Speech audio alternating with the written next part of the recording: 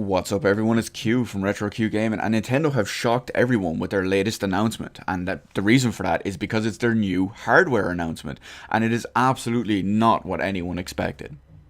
Of course, I'm joking when I say all that. It's not NX related. It's not their new proper hardware announcement. It's basically a little bonus kind of thing. So Nintendo have announced what they're calling, and this is a mouthful, the official name, Nintendo Classic Mini Nintendo Entertainment System. Yikes, that's a bit of a mouthful. So basically what this is it's a mini NES. So it's a small replica of the original Nintendo Entertainment System. It's going to be out in Europe on the 11th of November. I'm not sure about American release dates or anything like that, but it's going to be out in Europe on the 11th of November, so it'll be the 11th of the 11th, and it actually comes preloaded with 30 NES games actually built in onto the actual storage inside it. So I'll give the full list of the games really quick. It comes with Balloon Fight, Bubble Bobble, Castlevania, Castlevania 2, Simon's Quest, Donkey Kong, Donkey Kong Jr., Double Dragon 2, The Revenge, Dr. Mario, Excite Bike, Final Fantasy, just the first one, Galaga, Ghosts and Goblins, or if you live here in Europe, it's Ghouls and Ghosts. Let's see, Gradius, Ice Climber, Kid Icarus, Kirby's Adventure, Mario Brothers, Mega Man 2, Metroid, Ninja Gaiden, Pac-Man, Punch-Out featuring Mr. Dream, Star Tropics, Super C, Super Mario Bros., Super Mario Bros. 2, Super Mario Bros. 3, Tecmo Bowl, The Legend of Zelda, and Zelda 2, The Adventure of Link. A couple of things about this actual little console as well is the console is powered by USB, and there's a USB cable included, of course. So I'm not sure, it's unconfirmed what you actually plug it into. Now, presumably, it's anything with a USB cable. You know, TVs have USB ports, PCs obviously have USB ports. Hell, I wonder if you could even power it off your Wii U, or possibly even your Xbox One or PS4, whatever. We'll find out anyway. There's not a plug actually included with it. It's just, like I said, it's just a USB cable. Some of the cool things on top of it as well, okay, is it does come with a replica NES controller. Obviously, more are available if you want to play two-player or whatever it is. Or maybe you just want more of them just in case you kind of rage break one of them. Because old games are notorious for being old-style difficult. And it's promising, but possibly rage-inducing. There are a couple of other cool things as well. So basically, that NES-style controller that actually comes with it, and that you can buy separately as well, you can actually use while playing your Virtual Console games for the Wii or for the Wii U. So if you have any Nintendo game, any NES games actually on your Wii or your Wii U, or on your Wii U using Wii mode, yeah, it'd be the same thing because it works basically the same way. You can actually use these controllers to play it, which I think is pretty funky because I know I personally have a SNES controller that plugs into a Wii mode, and I can use that while playing the SNES game, or just any of the Virtual Console games really, except for the N64 games on the Wii mode, and that obviously is so much more comfortable, and I can do the same with the NES games now with using this one. So you don't have to use one of those, but it does come with it. If you're more comfortable with it, you can use a Wii U Classic Controller or a Wii Classic Controller Pro. Now, because of the wording of that, okay, so it'll either be the Wii U Classic Controller, or, like I said, the Wii Classic Controller Pro, which makes it sound like it does not support the original Classic Controller.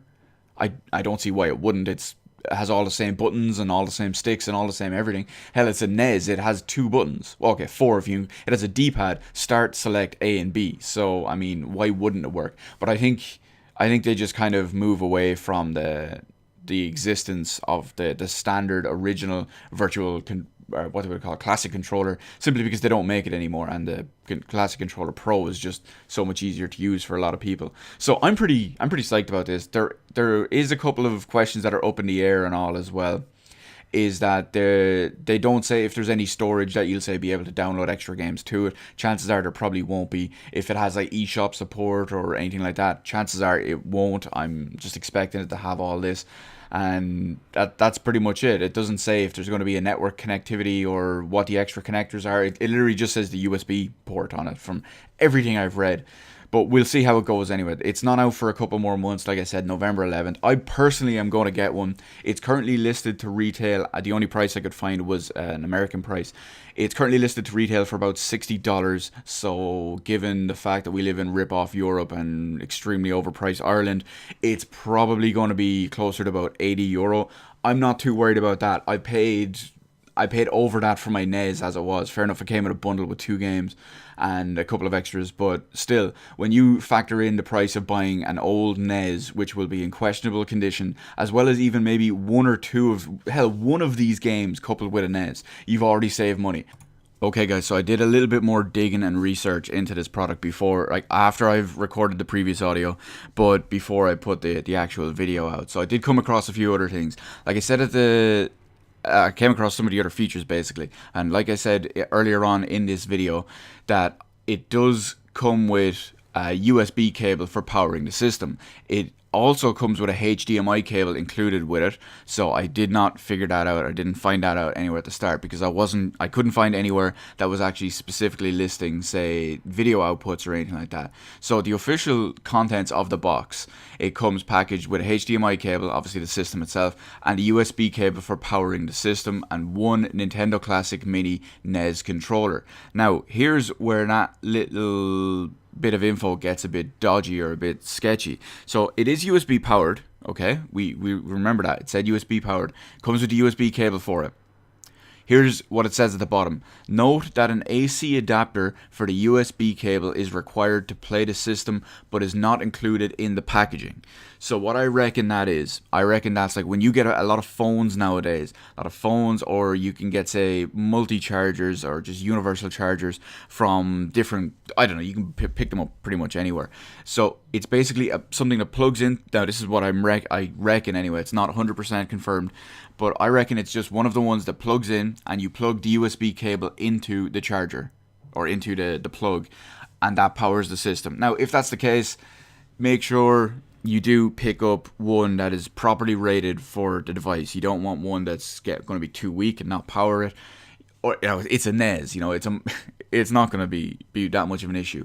So that shouldn't be too much of a problem. But why not include the fucking thing? You know, that's all I can say. I know Nintendo love to not include chargers nowadays, and sure, you can probably argue that most people have at least one of these chargers laying around. Like, I know I've got about 4 of them from different phones and just other stuff that just uses them in general. But it's not the point. I mean, if someone doesn't have one of those and they go and buy one of these, go home, boom, they can't play it. That's it. You know, not to keep it on a whole negative point as well. There is an extra bonus feature I did find out about the whole product in general. It comes with the ability to have restore points. Basically, if you've ever used an emulator, what those are save states. So basically, when you look at games that use, say, password systems or have no proper progress system, you just have to sit down and play through the entire game and hope that's it. With games like them, you can actually just use save states. So with these, it's now your new save feature. So you start playing Mega Man, you complete a couple of different places. Instead of busting out the password, boom, you hit a save state, or you hit a restore point, suspension point, whatever they want to call it. And that's now your save game. Sure, other games like, say, Final Fantasy and all, they have in-game save systems. I assume those will still be there, and you won't have to use the save state feature.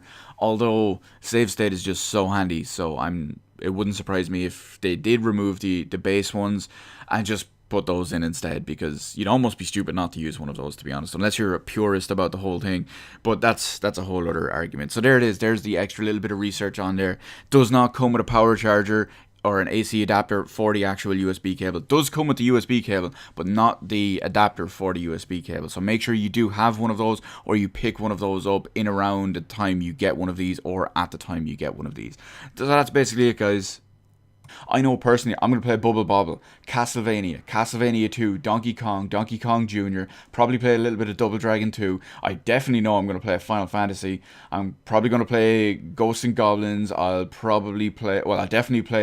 play Mario Bros, because that's basically, well, it depends on which one they include as Mario Bros. I know some places include it as just what essentially was the versus mode, but I'll play Mega Man 2, Metroid, I might play Ninja Gaiden. Pac-Man is always fun to have around.